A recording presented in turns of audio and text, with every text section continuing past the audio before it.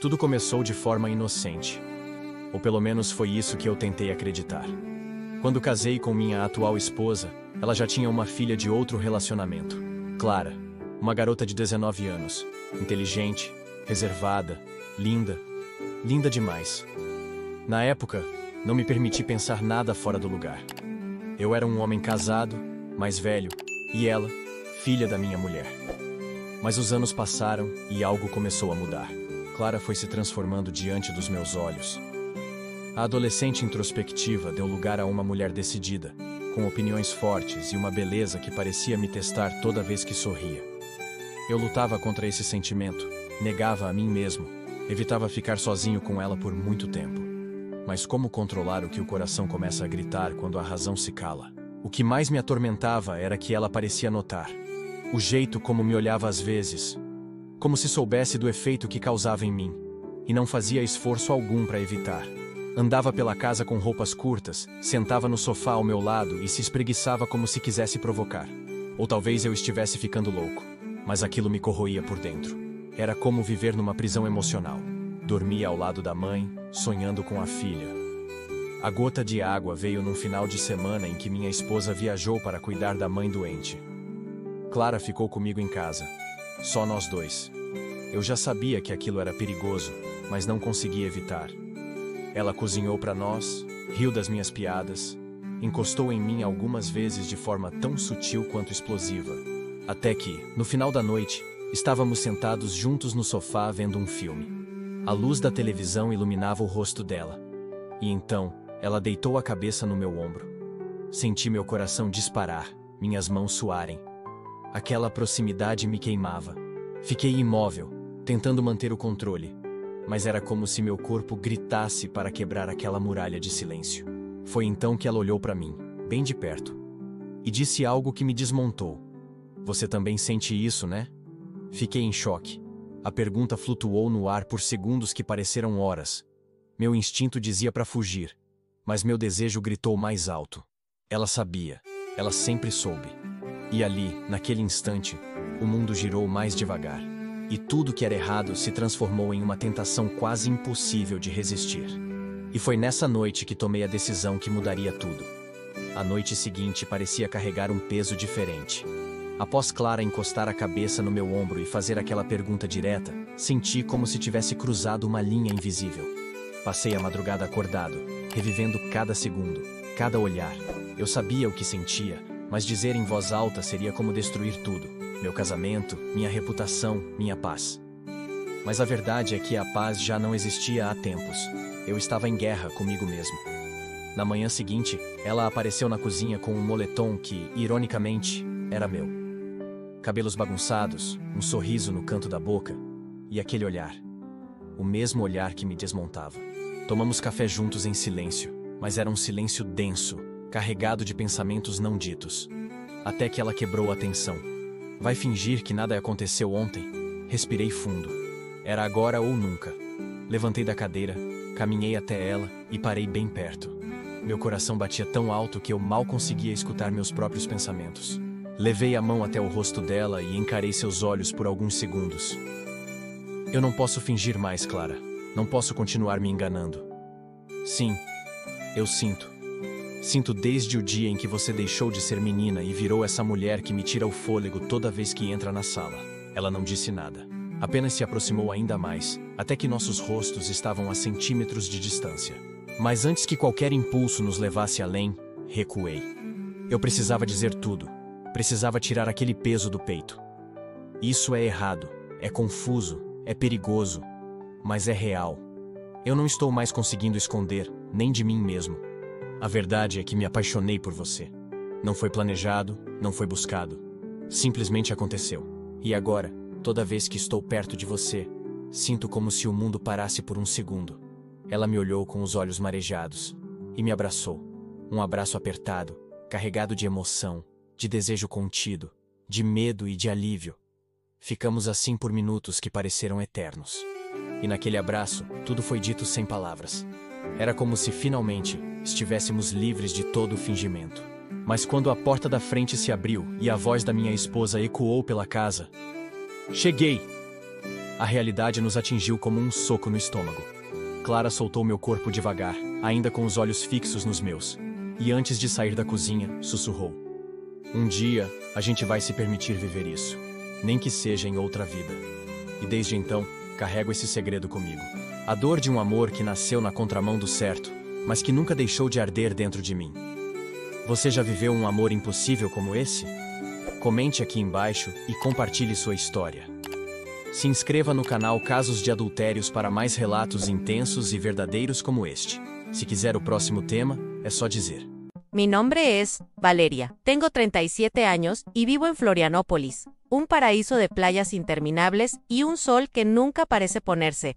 Estoy casada con Miguel, un camionero de 40 años que pasa semanas en la carretera, llevando mercancías a los rincones más lejanos. Nuestra casa, aunque cómoda y espaciosa, a veces se convierte en una prisión silenciosa, donde solo se escuchan los ecos de la soledad. Miguel es un buen marido, generoso y atento, y confía en mí ciegamente, quizá demasiado. Esa confianza y las largas noches vacías terminaron abriendo una puerta que nunca imaginé que atravesaría. Mi historia comienza con la soledad, fue guiada por el deseo, y terminó en secretos que llevo conmigo, como marcas invisibles. Todo empezó cuando mi hermana Sofía me pidió un favor. Su hijo Mateo, de 23 años, necesitaba pasar un mes en Florianópolis para prepararse para una prueba militar. Miguel, como siempre, fue servicial y aceptó sin dudarlo. No tenía ni la más remota idea de cuánto cambiaría esta decisión mi vida. Mateo llegó una tarde de otoño, cuando el atardecer doraba las calles de la ciudad. Cuando abrí la puerta me quedé sin palabras. Aquel ya no era el niño flacucho que llevaba en mis brazos. Frente a mí había un hombre alto, de hombros anchos, con piel bronceada por el sol y ojos marrones profundos que transmitían la intensidad de alguien que sabía lo que quería. Llevaba una camiseta gris ajustada, que se adaptaba a su pecho y brazos, musculosos, y unos vaqueros que dejaban ver sus largas piernas. «Hola, tía Valeria», dijo con voz grave y un toque de timidez. Lo abracé y dejé que mi mano reposara sobre su hombro por más tiempo del debido, sintiendo la firmeza de sus músculos. «Mateo, ¿cómo has cambiado? Con esa mirada apuesto a que rompes corazones donde quiera que vayas», bromeé. Él sonrió, rascándose la cabeza. «No tengo tiempo para eso. Entre estudiar y entrenar, ni siquiera pienso en esas cosas». Su seriedad e inocencia me arrancaron una risa discreta, pero al mismo tiempo, algo extraño empezó a germinar en mi interior. Una calidez inesperada, una mezcla confusa de curiosidad y deseo. La primera semana, todo parecía estar en orden. Miguel estaba en casa, y su presencia mantenía las cosas bajo control. Le tomó cariño a Mateo, siempre le daba palmaditas en el hombro, y le decía: «Me recuerdas a mí a tu edad, trabajadora, dedicada». Pero ya no veía a Mateo como el sobrino que siempre fui. Empecé a observar sus movimientos, la forma en que levantaba pesas en el patio por la mañana, el sudor corriendo por su cuello, la forma en que se concentraba en la lectura en la sala de estar, sus grandes manos pasando las páginas. Entonces Miguel recibió una llamada de emergencia y se fue. Antes de irse, me besó y me dijo: «Vuelvo pronto, cuídate». Y a Mateo, cuando la puerta se cerró, el inmenso silencio de la casa cayó sobre nosotros. Traté de convencerme de que era solo mi imaginación, pero esa noche, cuando la luz de la cocina iluminó la silueta de Mateo, supo que estaba perdida. Al día siguiente, decidí probar los límites. Me puse un vestido de algodón, blanco fino y ligero, que abrazaba mi cuerpo, resaltando unas curvas que, a mis 37 años, todavía me llenaban de orgullo. Entré a la cocina donde Mateo estaba estudiando y comencé a preparar el almuerzo. «Mateo, ¿puedes ayudarme?», pregunté con voz aterciopelada. Él levantó la mirada, dudó, y su mirada recorrió mi cuerpo, desde mis pies descalzos sobre el suelo de madera, hasta el vestido que bailaba con cada paso. «Por supuesto, tía», dijo poniéndose de pie. Le di un paño de cocina y le pedí que secara los platos mientras yo los lavaba. Estábamos tan cerca que su hombro casi tocaba el mío, y podía olerlo, una mezcla de sudor discreto y colonia masculina. Dejé caer una cuchara a propósito. «Qué torpe», murmuré, agachándome lentamente para recogerlo, dejando que el vestido se levantara un poco, revelando parte de mi muslo. Al levantarme, vi a Mateo mirando hacia otro lado, agarrando la tela entre sus manos. «¿Está todo bien?», pregunté fingiendo inocencia. Por la tarde fui al jardín mientras él entrenaba. Hice como que estaba cuidando las plantas, y el agua de la manguera salpicó, mojando mi blusa, dejando al descubierto el encaje de mi sujetador. Hace calor, ¿verdad, Mateo? Dijo, pasándose la mano por el pelo. Dudó y bajó las pesas. Esa noche dejé la puerta del baño entreabierta y me paré frente al espejo, secándome el cabello, usando únicamente una toalla corta. Mateo, ¿puedes traerme la camisa que dejé en la habitación? Ya me entró, y sus ojos recorrieron mi cuerpo húmedo. Gracias, susurré tocándole la mano. Mateo se quedó sin palabras, y se fue rápidamente. Mi corazón palpitaba aceleradamente, consciente del límite que habíamos cruzado. Más tarde escuché su voz en el teléfono. Eu não aguento mais. Ela é linda. Toda vez que chega perto, eu quase enlouqueço. Mas é errado. É minha tia. Meu peito apertou.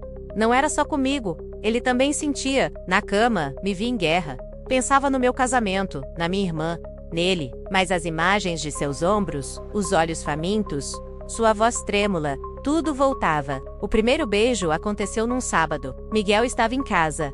Organizamos um churrasco no quintal. Vesti um vestido verde de seda fresca e um avental para parecer natural. Enquanto cortava legumes, senti alguém atrás de mim. Virei, pensando ser Miguel. Era Mateo. Quer ajuda, tia? Disse, com voz baixa. Ele se aproximou para pegar uma faca, tocando minha cintura. E se Miguel te ver? Murmurei, o coração disparado. Ele está ocupado com a carne, respondeu, sussurrando no meu ouvido. Você é linda. Antes que eu dissesse algo, Miguel gritou. Valeria, a carne está pronta. Mateo se afastou, deixando meu corpo em chamas. Naquela noite, com Miguel bêbado e roncando, levantei, coloquei um hobby fino e fui até o quarto de Mateo. Ele estava acordado, olhos abertos. Não consigo dormir menos, confessei, pousando a mão em seu peito. Tia Valeria. Isso não está certo, disse ele, mas segurou minha mão.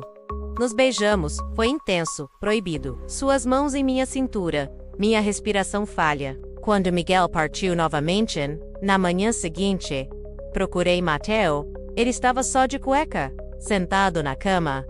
O que você quer de mim, tia? Perguntou, rouco. Me aproximei. Vestindo um hobby de seda, quero que você me marque. Aqui, nessa casa. Ele me dá too. Me beijou. Com a fúria da juventude, marcas vermelhas surgindo em minha pele. Fizemos amor pela casa menos na sala. Na cozinha, no chão frio, a luz da lua cortava a escuridão, iluminando nossos corpos. Em outro dia, uma tempestade caiu. Mateo voltou do training charcado. Entrei na sala, e ele me empurrou contra a janela. A chuva batendo no vidro. Nossos corpos se unindo no sofá. Cada movimento, um golpe na minha sanidade. Nos dias finais, vivemos um furacão. Aproveitávamos qualquer brecha. Na cama de Miguel, no quintal sob o luar, nos arbustos, ao som das ondas. Eu me sentia viva, desejada.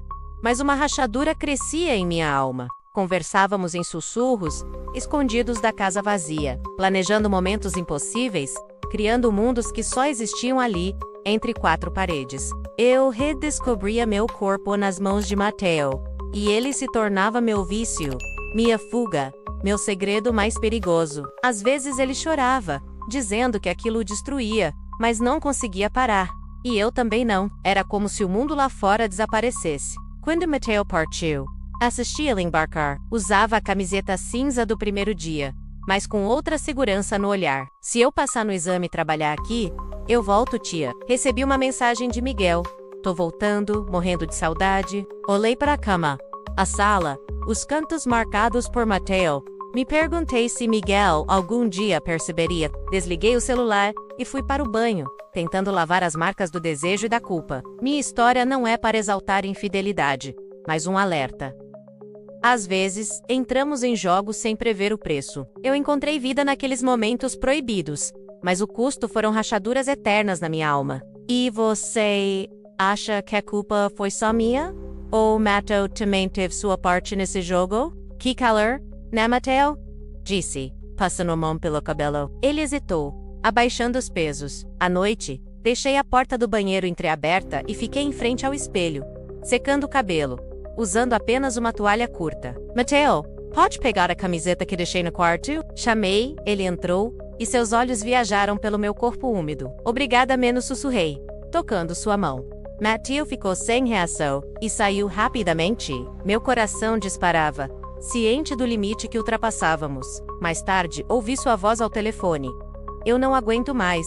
Ela é linda. Toda vez que chega perto, eu quase enlouqueço.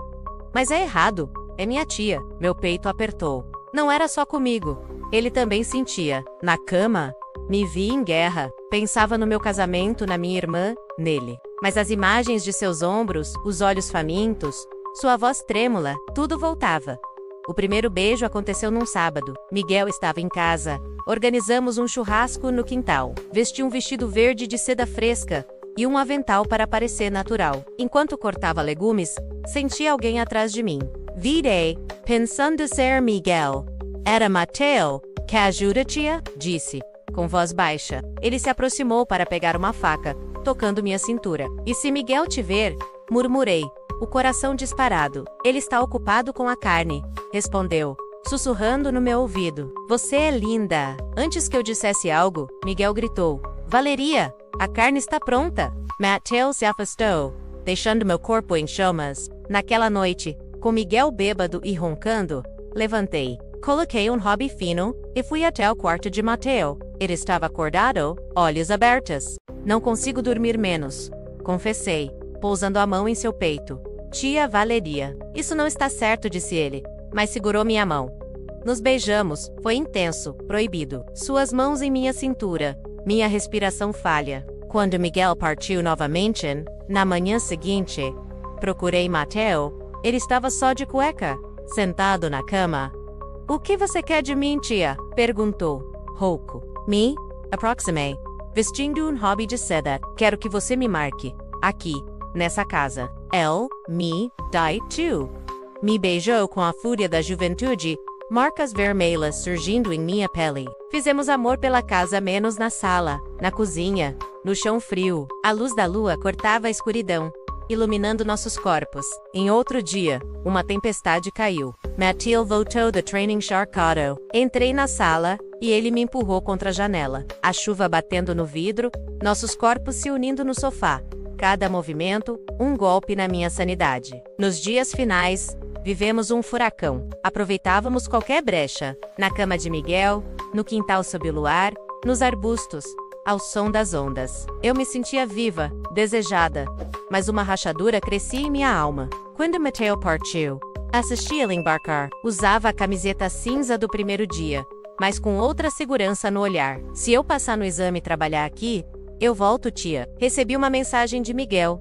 Tô voltando, morrendo de saudade. Olhei para a cama, a sala, os cantos marcados por Mateo. Me perguntei se Miguel algum dia perceberia. Desliguei o celular e fui para o banho, tentando lavar as marcas do desejo e da culpa. Minha história não é para exaltar infidelidade, mas um alerta. Às vezes, entramos em jogos sem prever o preço. Eu encontrei vida naqueles momentos proibidos, mas o custo foram rachaduras eternas na minha alma. E você acha que a culpa foi só minha? Ou Mateo também teve sua parte nesse jogo? Você já se perguntou o que acontece quando a tentação é plantada na sua frente em sua própria casa e você não consegue resistir a ela? Embora você saiba que é errado, deixe-me contar. Minha história, que começou com a solidão, foi guiada pelo desejo e terminou em segredos que não consigo apagar. Meu nome é Valéria, tenho 37 anos e moro em Florianópolis, uma cidade linda como o paraíso, com praias infinitas e um sol radiante. Sou casada com Miguel, um homem de 40 anos, que trabalha como motorista de caminhão e passa semanas fora em suas viagens de trabalho. Não temos filhos e nossa casa grande, embora confortável, às vezes parece uma gaiola que me aprisiona no silêncio. Miguel é um marido bom, generoso, atencioso e confia em mim cegamente. Mas essa confiança, juntamente com as noites longas e vazias, acidentalmente abriu uma porta para um jogo que eu nunca imaginei que jogaria. Tudo começou quando minha irmã Sofia me pediu um favor. Seu filho Mateo, de 23 anos, precisava vir para Florianópolis por um mês para se preparar para um exame militar. Miguel, como sempre, aceitou, sem hesitar. E eu não fazia ideia de que aquela decisão iria virar minha vida de cabeça para baixo. Top Mateu chegou num fim de tarde, quando o sol estava se pondo, tingindo de dourado o caminho para a casa. Abri a porta e fiquei sem palavras. Ele não era mais o menino magrelo que eu costumava carregar nos braços. Agora era um homem alto, de ombros largos, pele bronzeada e olhos castanhos profundos, que brilhavam de determinação. Vestia uma camiseta cinza justa, que exibia seus músculos marcados por meses de treinamento, e uma calça jeans rasgada que abraçava suas pernas longas. "Olá, tia Valéria", disse ele, com uma voz grave e um toque de timidez. Aproximei-me dele. Eu o abracei e deixei minha mão deslizar sobre seu ombro, por mais tempo do que o necessário, sentindo a firmeza sob o tecido. "Mateu, como você mudou com esse olhar. Tenho certeza, você derrete corações por aí." Eu brinquei, observando como ele estava corando um pouco. "Não, tia, eu também estou ocupado estudando e treinando para pensar em garotas", ele respondeu, coçando a cabeça com um sorriso tímido. Sua seriedade e sua inocência me fizeram rir, mas ao mesmo tempo, algo estranho começou a crescer dentro de mim. Um calor que eu não conseguia explicar, uma mistura de curiosidade e desejo, que me pegou de surpresa. A primeira semana passou pacificamente. Miguel, ainda. Ele estava em casa, e sua presença mantinha tudo em ordem. Ele gostava de Mateu. Ele costumava dar um tapinha em seu ombro e dizer: "Você é como eu." Quando eu era um jovem muito trabalhador, sorri. Mas meus olhos começaram a focar em cada movimento de Mateu. Como ele levantava pesos no pátio todas as manhãs, com o suor escorrendo pelo pescoço.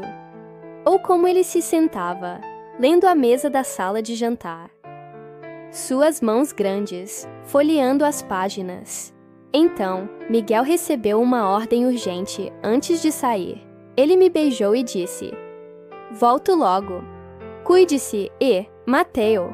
A porta se fechou atrás dele, deixando Mateu e eu sozinhos no imenso silêncio da casa. Eu disse a mim mesma que não faria nada. Era tudo imaginação. Mas quando a luz da cozinha iluminou sua figura naquela noite, eu soube que estava errada. No dia seguinte, decidi tentar algo. Coloquei um vestido fino de algodão branco, daqueles que se agarram ao corpo e realçam as curvas, que ainda me orgulham da minha idade. Entrei na cozinha, onde Mateu estava sentado, com um livro enorme, e fingi estar ocupada preparando o almoço. "Mateu, você pode me ajudar um pouco?" Perguntei com uma voz suave, como "Querida." Ele olhou para cima, e seus olhos hesitaram ao me ver. Dos meus pés descalços no chão de madeira, até o vestido que se movia a cada passo claro, disse a tia, levantando-se e se aproximando. Dei a ele uma toalha branca e pedi que secasse a louça enquanto eu a lavava. Estávamos tão perto que seu ombro quase tocava o meu, e eu podia sentir o leve suor misturado com sua colônia masculina. Deixei cair uma colher no chão, de propósito. O som metálico ressoou alto. "Oh, que desajeitado!" Ri, e me agachei lentamente para pegá-lo, deixando o vestido subir apenas o suficiente para mostrar a curva da minha coxa, sob o tecido leve. Quando me levantei, Mateu virou o rosto rapidamente, apertando a toalha com tanta força que os nós dos dedos ficaram brancos. "Você está bem?" perguntei, fingindo inocência, com um brilho brincalhão nos olhos. Eles deixaram minhas pernas brancas, à vista de todos. Fui até o pátio onde Mateu estava treinando com pesos e fingi regar as plantas. A água da mangueira espirrou em mim, molhando minha camisa e revelando a renda do sutiã por baixo. "Como assim, Mateu?" perguntei, olhando para ele com o canto do olho. Ele parou de levantar pesos. Suas mãos tremiam quando ele abaixou a barra, e seus olhos não conseguiam tirar os olhos de mim. "Tomei um banho." Deixei a porta do banheiro entreaberta e fiquei em frente ao espelho, secando o cabelo, enrolada apenas em uma toalha curta que mal cobria meu corpo. Mateo, você pode me trazer a camisa que deixei no quarto? Chamei com uma voz doce. Ele entrou com a camisa na mão e quando a entregou para mim, seus olhos percorreram minha figura, dos meus pés molhados às curvas que a toalha revelava. Obrigada, sussurrei, esfregando sua mão na minha. Sentindo o calor de sua pele, Mateo corou e gaguejou. De nada. Ele saiu correndo. Fiquei lá com o coração batendo forte, sabendo que estava caminhando por uma beira perigosa. Uma noite com Miguel ainda lá fora. Ouvi Mateo falando ao telefone. Em seu quarto, curioso, pressionei meu ouvido na porta de madeira, respirando devagar para não fazer barulho. Não estou brincando. Ela é linda. Não aguento mais cada vez que ela se aproxima. Sinto que vou enlouquecer. Disse ela com a voz cheia de emoção. Mas está errado. Sei que é minha tia. Meu coração disparou. Então, ele sentiu também. Não era só eu jogando esse jogo. Voltei para o meu quarto. Deitei-me na cama e minha mente girava sem parar. Perguntei a mim mesma o que estava fazendo com meu casamento com minha irmã, Mateo.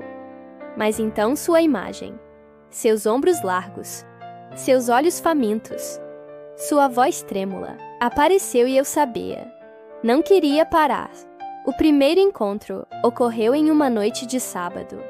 Quando Miguel estava em casa, há 2 dias, organizamos um pequeno churrasco no quintal Miguel, ao lado da churrasqueira, rindo com Mateo sobre como grelhar a carne, enquanto eu preparava uma salada na cozinha. Eu estava usando um vestido curto, verde esmeralda, de seda fresca, que grudava no meu corpo, e um avental amarrado na minha cintura, para parecer natural enquanto eu cortava pepinos. Senti alguém atrás de mim. Eu me virei, pensando que era Miguel, mas era Mateo. Ele estava tão perto que podia sacudir sua arma na minha nuca. Você precisa de ajuda, tia?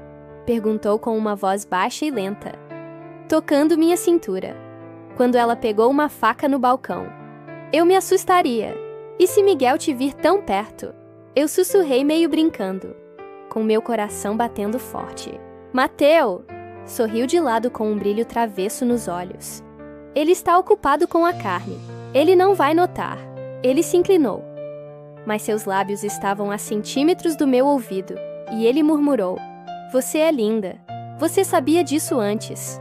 Eu poderia responder. A voz de Miguel ecoou no pátio. Valeria, a carne está pronta. Traga os pratos. Mateo foi embora, me deixando sozinha na cozinha, com a respiração ofegante e minhas bochechas queimando. Naquela noite, quando Miguel adormeceu bêbado e roncando, levantei-me rapidamente, vesti um hobby fino e caminhei até a cavitação de Mateo.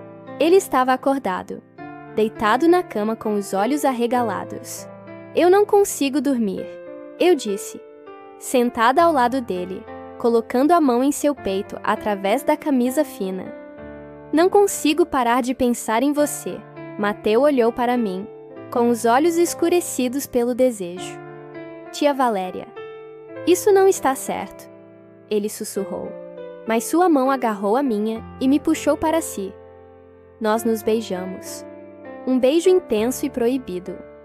Seus lábios ardentes e suas mãos apertando minha cintura, como se ele não quisesse me soltar, com meu coração acelerado, ciente de que eu havia cruzado um L. Depois que Miguel foi embora novamente, na manhã seguinte, quando o som do caminhão desapareceu na estrada empoeirada. Abri a porta do quarto de Mateo, sem bater. Ele estava sentado na cama, apenas com uma cueca boxer, seu corpo firme brilhando na luz fraca do amanhecer. O que você quer de mim? Perguntou a tia, com a voz rouca. Sem tirar os olhos de mim, aproximei-me dele com um hobby curto de seda preta, que deslizou sobre meu ombro, e sentou em seu colo. Eu quero que você deixe sua marca em mim nesta casa, respondi, deslizando minha mão de seu peito para seu abdômen.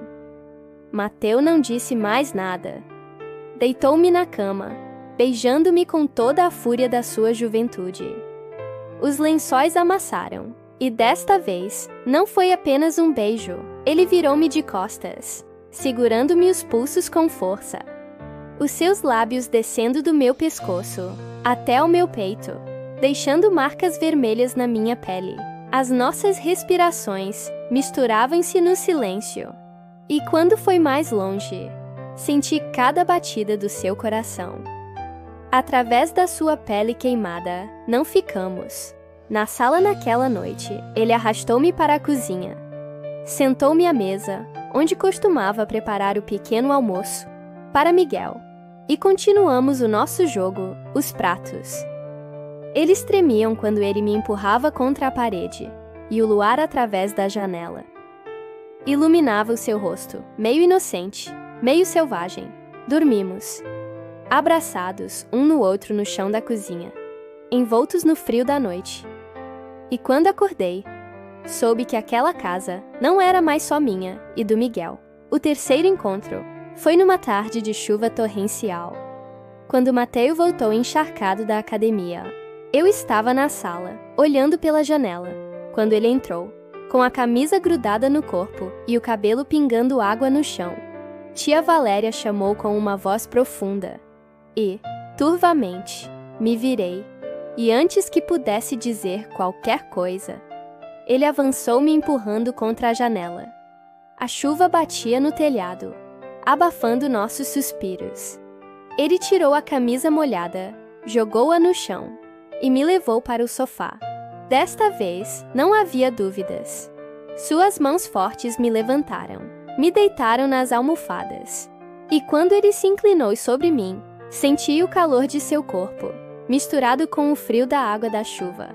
Nos deixamos levar ao ritmo da tempestade, cada movimento dele como um corte na minha sanidade.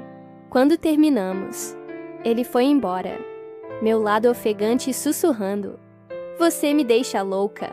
Sorri, acariciando seus cabelos. Mas algo dentro de mim começou a se sentir vazio. Os últimos dias de Mateu em Florianópolis foram um turbilhão de paixão. Aproveitamos cada momento em que Miguel não estava. Desde o quarto principal, onde o deixei deitar na cama que divido com o meu marido, até o quintal, onde ele me arrastou pelos arbustos, sob a lua com o som do mar ao fundo. Me senti mais viva do que nunca, mas também notei uma rachadura crescendo em minha alma. Eu sabia que isso não duraria para sempre. No dia em que Mateu foi embora, eu o vi entrar no ônibus da porta. Voltei a usar a camiseta cinza do primeiro dia, mas agora, seus olhos tinham uma segurança que tia Valéria não via antes. Se eu passar no exame e trabalhar aqui, posso voltar. Uma mensagem de Miguel. Eu voltarei. Hoje à noite senti sua falta. Olhei ao redor da mesa, do sofá, da cama, em cada canto marcado por Mateu. E me perguntei se Miguel suspeitaria de alguma coisa. Mas dei de ombros. Desliguei o telefone e fui para o banheiro, deixando a água quente lavar os vestígios de culpa. Minha história não é para glorificar a infidelidade, mas um aviso. Às vezes, entramos em um jogo sem prever o preço que pagaremos. Encontrei vida nesses momentos proibidos, mas o custo foram as rachaduras que nunca vão curar em minha alma. O que você acha? Valeria foi a culpada por se deixar levar, ou Mateu também teve sua parte neste jogo? Deixe seus pensamentos nos comentários e não se esqueça de curtir. Se você quiser mais histórias cheias de drama como essa, inscreva-se no canal Casos de Adultério, para não perder mais segredos, porque aqui todas as verdades vêm à tona. Pela terceira vez sou sogra, mas faz alguns dias que um dos meus genros se mudou para a minha casa. Tenho 45 anos. Adaptei-me à serenidade e ao isolamento da minha casa. Dormia muitas vezes, sem tanto.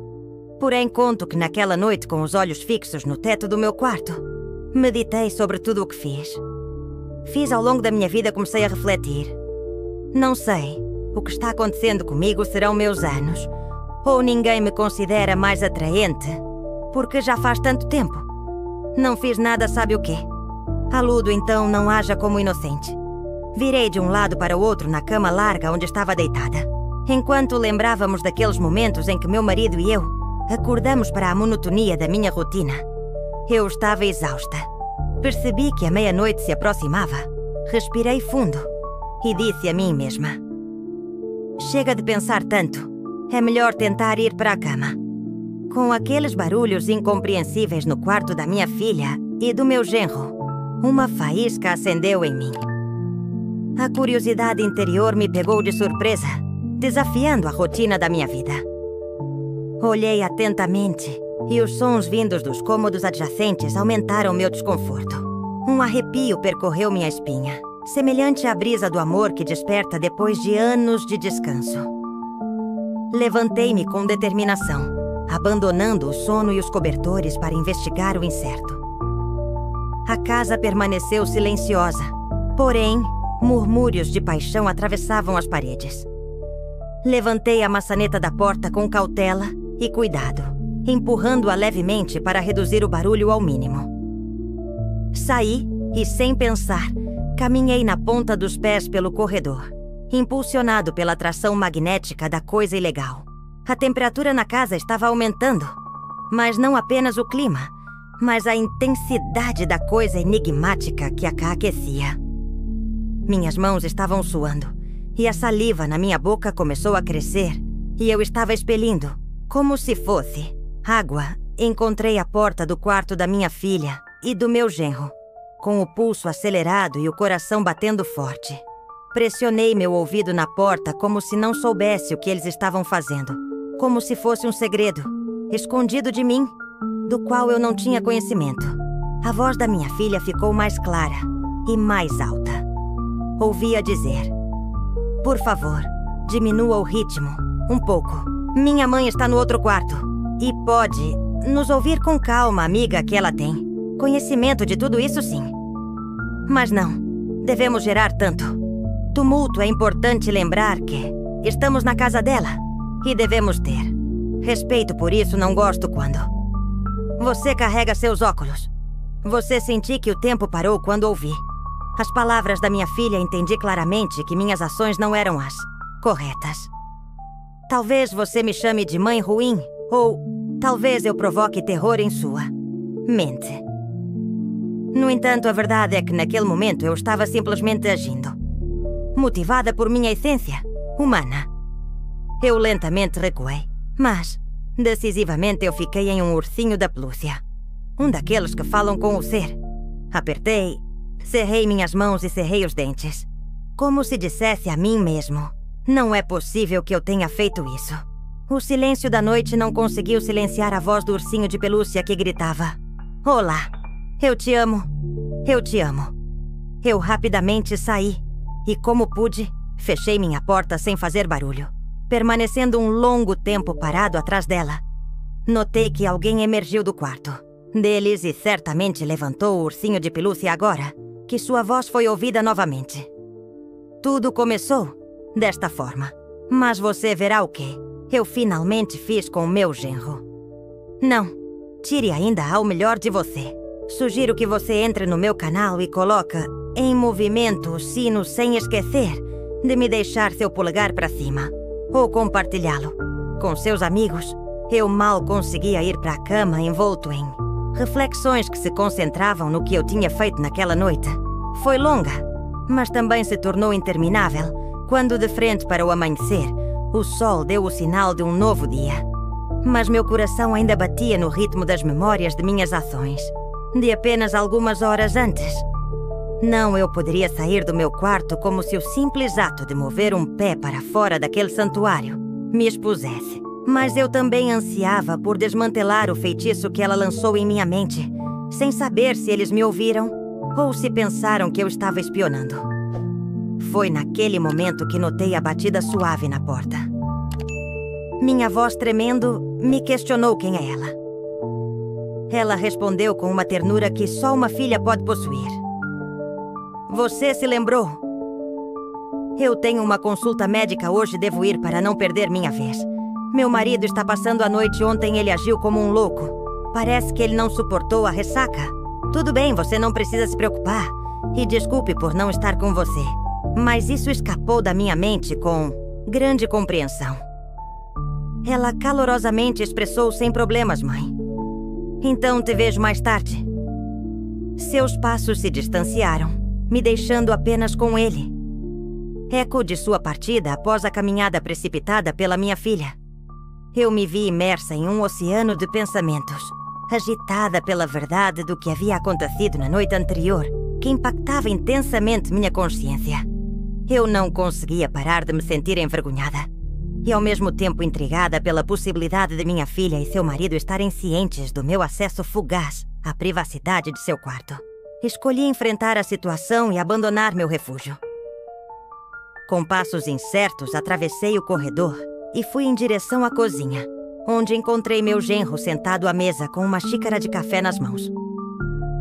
Quando ele me viu, olhou para cima com uma expressão atônita. Olá, sogra. Como você está? Como você tem dormido? Ele perguntou com um sorriso. Olá, dormi bem. Obrigada. Respondi, desviando o olhar e me concentrando no café que estava preparando. Houve um silêncio constrangedor, interrompido por ele. Estou ciente de que ontem à noite... Ele hesitou. Eu estava perto do quarto. Eu sei. E não, eu não consigo resistir à ideia de que você tinha ouvido algo que eu não deveria. Você deveria. Meu rosto se transformou em uma tela de perplexidade. Eu deveria admitir minha cautelosa curiosidade ou fingir ignorância. A maneira óbvia com que ele me comunicou não me permitiu nenhuma. Fuga não, vós. Eu informo que se não fosse por sua esposa que me lembrou da consulta, eu ainda teria dormido com o médico bem. Eu não estou acusando-a de forma alguma, minha querida sogra. Eu só desejo esclarecer qualquer desacordo. Ele interrompeu, tentando aliviar a tensão. Eu corei e não tive como esconder. Como posso continuar depois de tal intrusão na vida privada da minha filha e do marido dela? Ele perguntou. Posso te fazer uma pergunta, sogra? Enquanto mexia o açúcar com a colher, respondi. Claro, me diga. Seus olhos ainda estavam acordados e o aroma da bebida chegou ao meu nariz.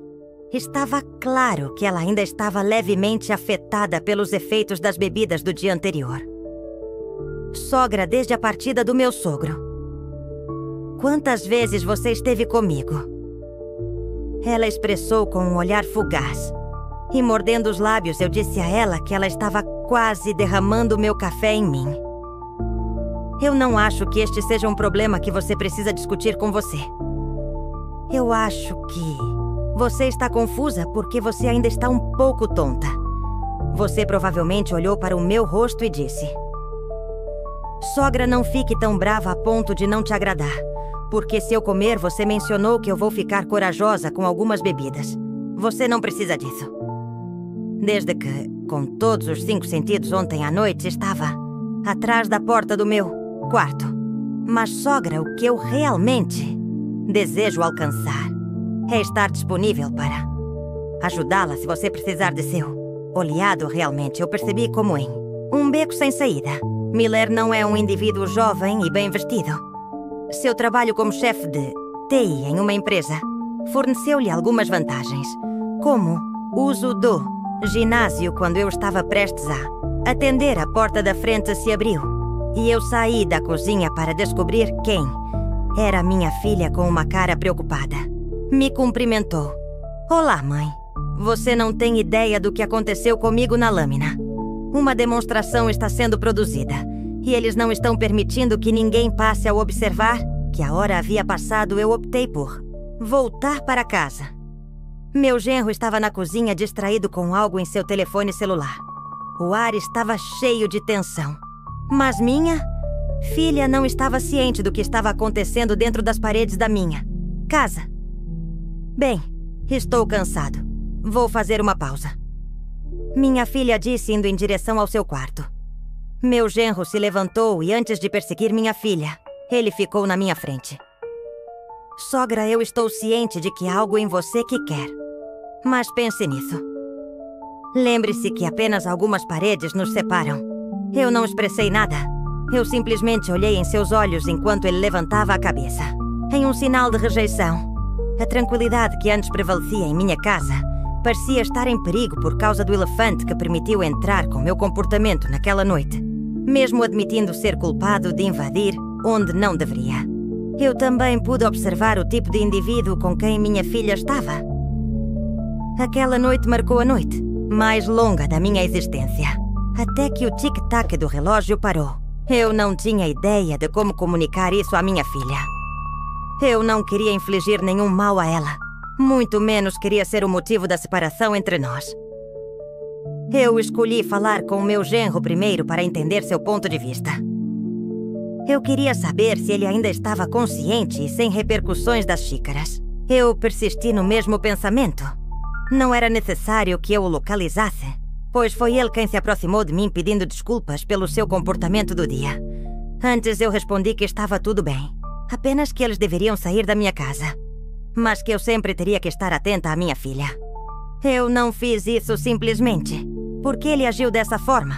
Comigo eu fiz isso de forma mais eficaz, por medo das minhas próprias ações, se naquela noite eu perdesse o controle. Em mim isso implicava que talvez na próxima oportunidade eu diria a palavra ao meu genro, lembrando-os novamente que sou um ser humano com coração e emoções. No final, minha filha se distanciou dele, mas porque ele começou a ignorá-la e priorizar bebidas em sua vida.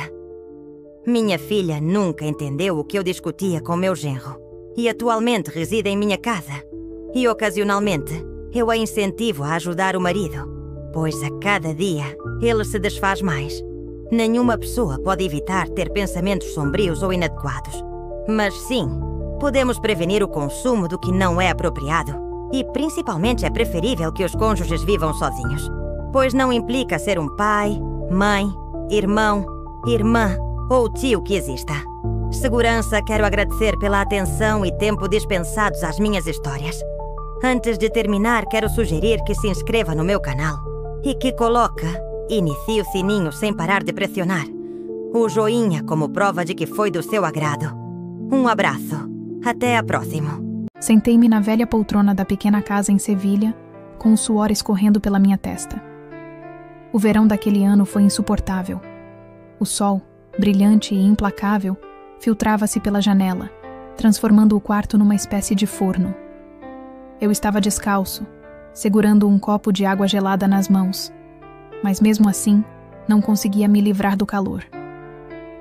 O tempo parecia ter parado, cada segundo passando com uma lentidão exaustiva. No meio desse tédio, minha irmã mais nova, Lucia, sentou-se ao meu lado com um gesto dramático e reclamou: "Irmã, vou enlouquecer com esse calor. Pelo menos temos algo divertido para fazer neste fim de semana?" Eu não respondi a ele. A verdade é que não tínhamos nenhum plano. Nosso verão se tornou uma rotina monótona: acordar, comer, verificar o telefone e dormir. A vida nesta cidade parecia ter drenado toda a minha energia. Foi então que o telefone tocou, quebrando aquele silêncio sufocante. Atendi e imediatamente reconheci aquela voz profunda e calorosa do outro lado da linha. "Olá, minha menina." Era meu tio Javier, irmão mais velho da minha mãe. Sua voz sempre teve algo especial, como uma melodia lenta que era impossível não ouvir. "Por que você não vem passar o fim de semana comigo na fazenda em Cádiz? A casa é grande, tem bastante comida e, para ser sincero, eu adoraria a companhia." O convite, completamente inesperado, me deixou sem palavras. Fazia tanto tempo que não visitávamos este lugar. Um lugar sereno, cercado por campos dourados de trigo e longas fileiras de oliveiras. "Isso não parece nada ruim", respondi, tentando parecer calmo. Lúcia, ao me ouvir, levantou-se de um pulo. Vamos, irmã, vamos agora!"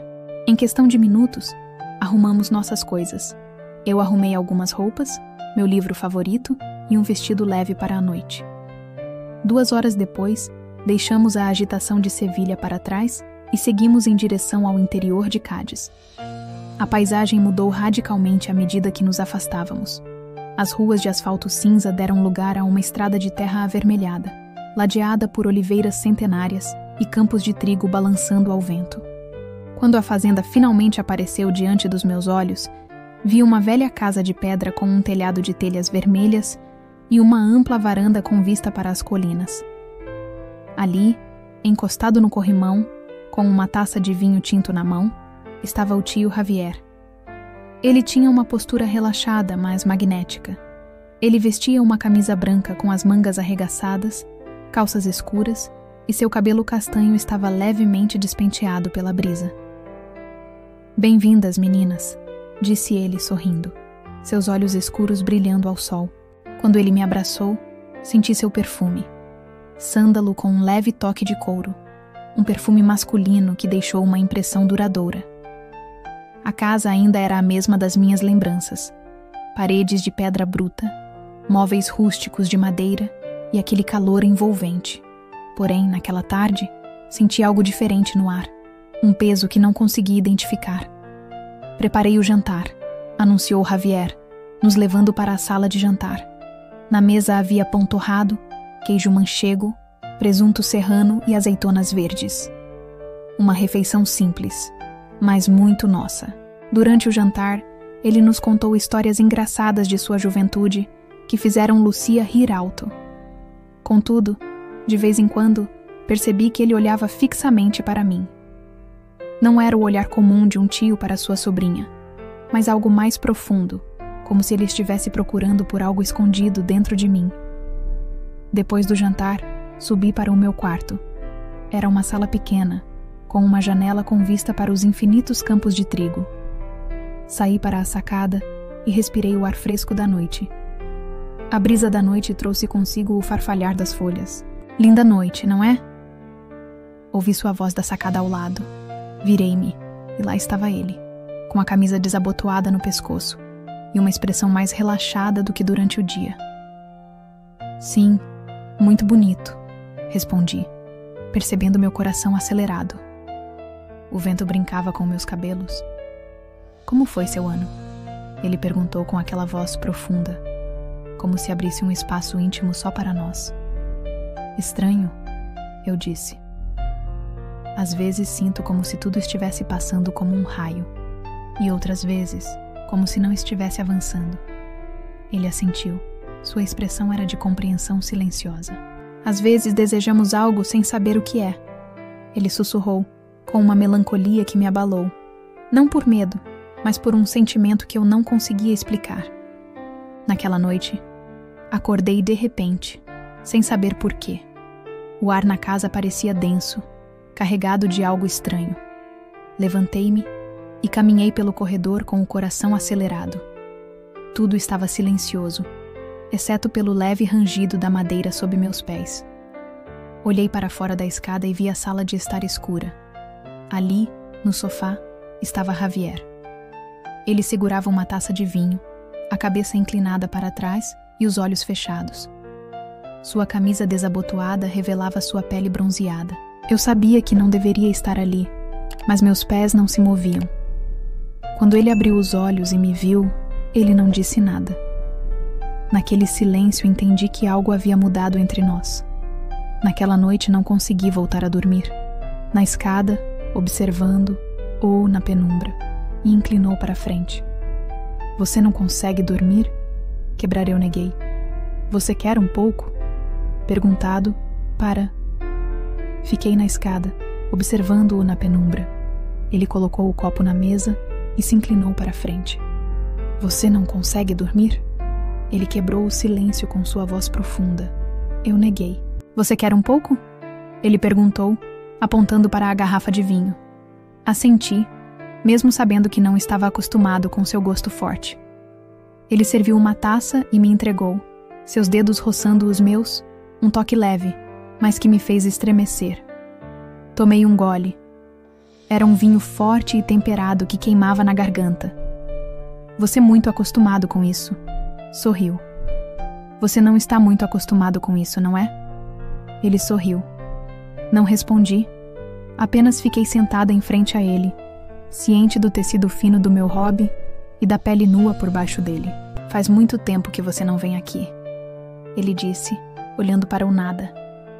Esta casa parece diferente com você aqui. Diferente como? Perguntei. Menos vazio, ele respondeu com um tom mais baixo.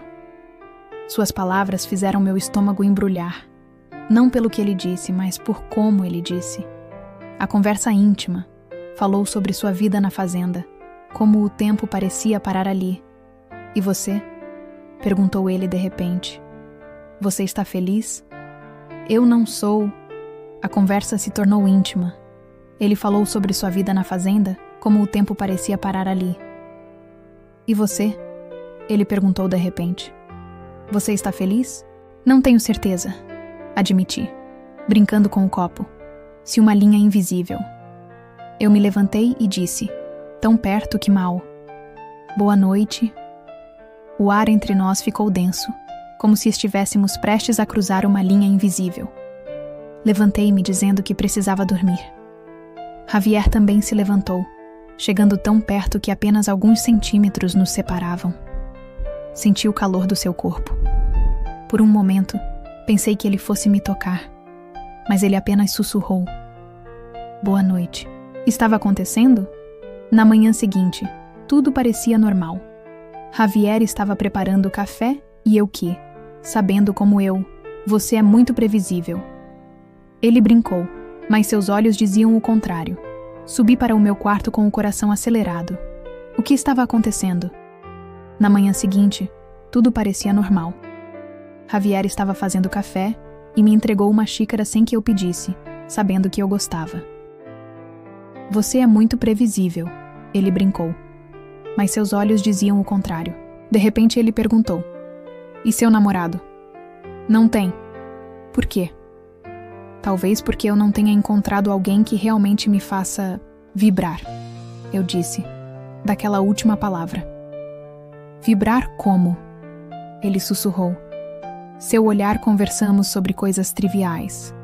Até que de repente ele perguntou. E seu namorado? Eu não tenho nenhuma, respondi, surpresa ao ver um lampejo de satisfação em seu rosto. Por quê? Ele insistiu. Talvez porque eu não tenha encontrado alguém que realmente me faça vibrar, eu disse, hesitando antes da última palavra. Vibrar como?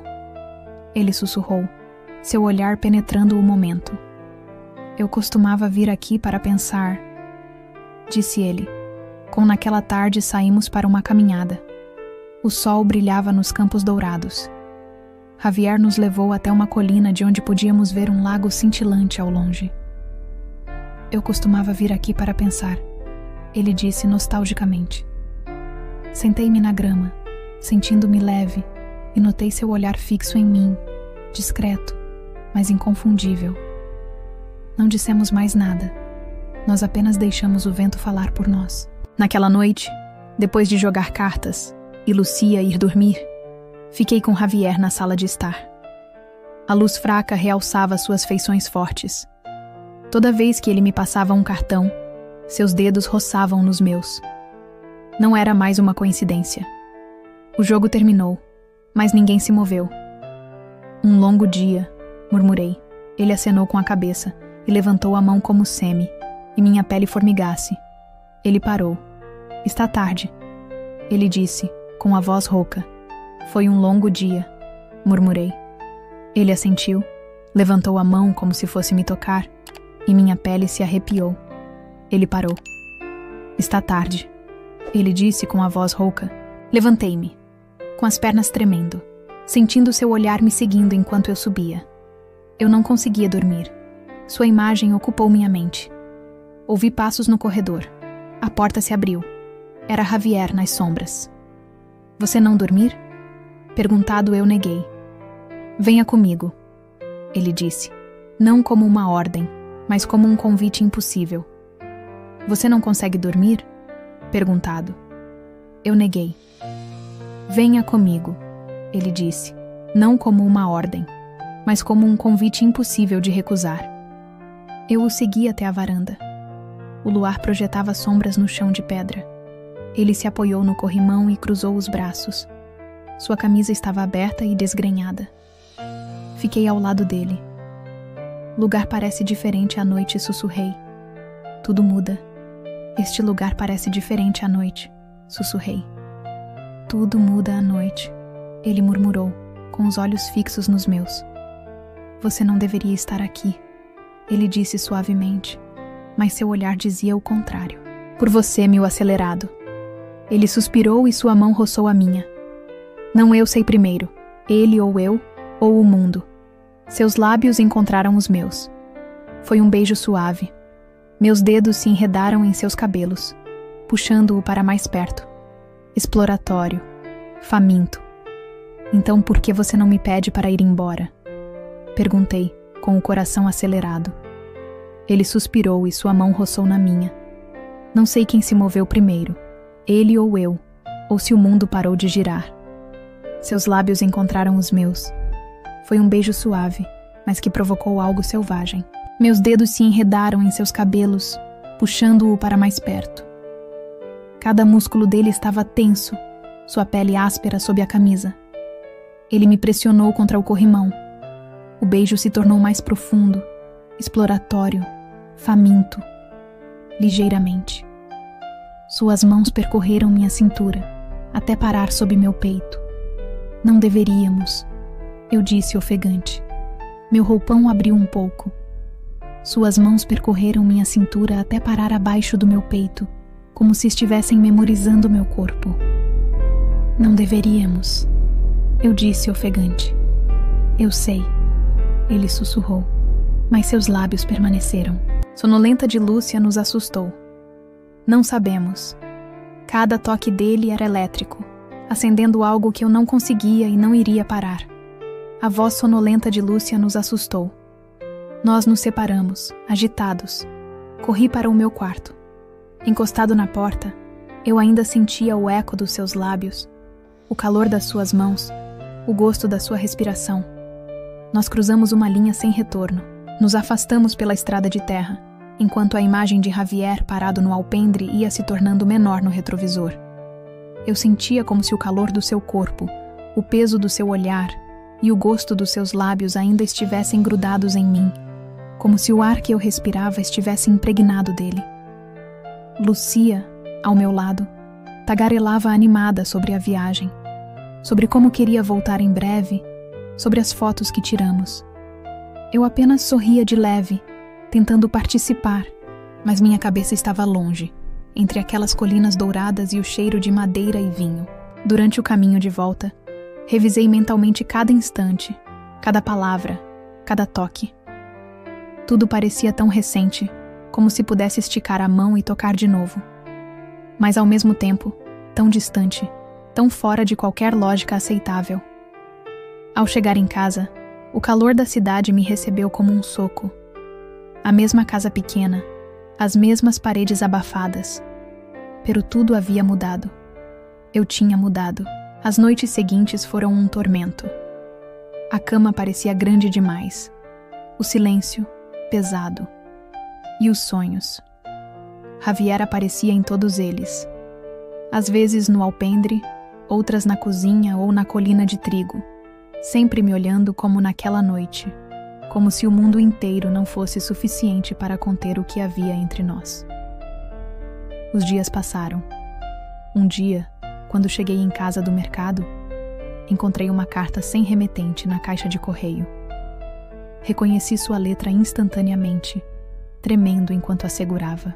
Sei que não deveria escrever isso, mas não consigo mais ficar em silêncio. Não posso fingir que nada aconteceu, nem quero. Desde que eles partiram, tudo aqui está mais cinza. Não é a fazenda, não são os campos, é você. Nunca me senti assim antes, e mesmo sabendo que é errado, que não faz sentido, penso em você a cada segundo. Não espero nada, só precisava que você soubesse. Javier. Minhas mãos estavam tremendo. Uma mistura de medo, desejo e uma pontada de felicidade tomou conta de mim. Fiquei horas olhando para aquela carta. Li-o tantas vezes que já o sabia de cor. Eu queria responder a ele, dizer que sentia o mesmo, que cada dia longe dele era um tormento. Mas eu também sabia que tudo era complicado, que havia uma linha que nunca deveríamos ter cruzado. Mas já o tínhamos atravessado. Semanas se passaram e, mesmo tentando seguir em frente com minha vida, não consegui. Cada homem que conheci, cada conversa trivial, parecia vazia para mim. Ninguém, absolutamente ninguém, tinha o magnetismo sereno e selvagem que Javier tinha. Até que um dia, sem planejar, decidi retornar. Eu disse a Lúcia que precisava escapar da cidade por alguns dias, para clarear a mente. Ela, sem desconfiar de nada, me abraçou e me desejou uma boa viagem. Ao chegar na fazenda, a mesma estrada de terra, o mesmo cheiro de azeitona, tudo estava como antes. Menos eu. Javier estava me esperando no galpão, assim como da última vez. Não havia surpresa em seu rosto, como se ele soubesse o tempo todo que eu voltaria. Eu sabia que você viria, ele disse com aquela voz profunda que me desarmou. Não dissemos mais nada. Não era necessário. Caminhei em direção a ele. Desta vez não houve dúvida, nem culpa, nem palavras contidas. Nós nos abraçamos como alguém que retorna para casa, como alguém que reconhece um refúgio perdido. Seu cheiro, seu calor, suas mãos firmes. E então, eu soube. Isso nunca iria acabar. E talvez, só talvez, eu não queria que acabasse.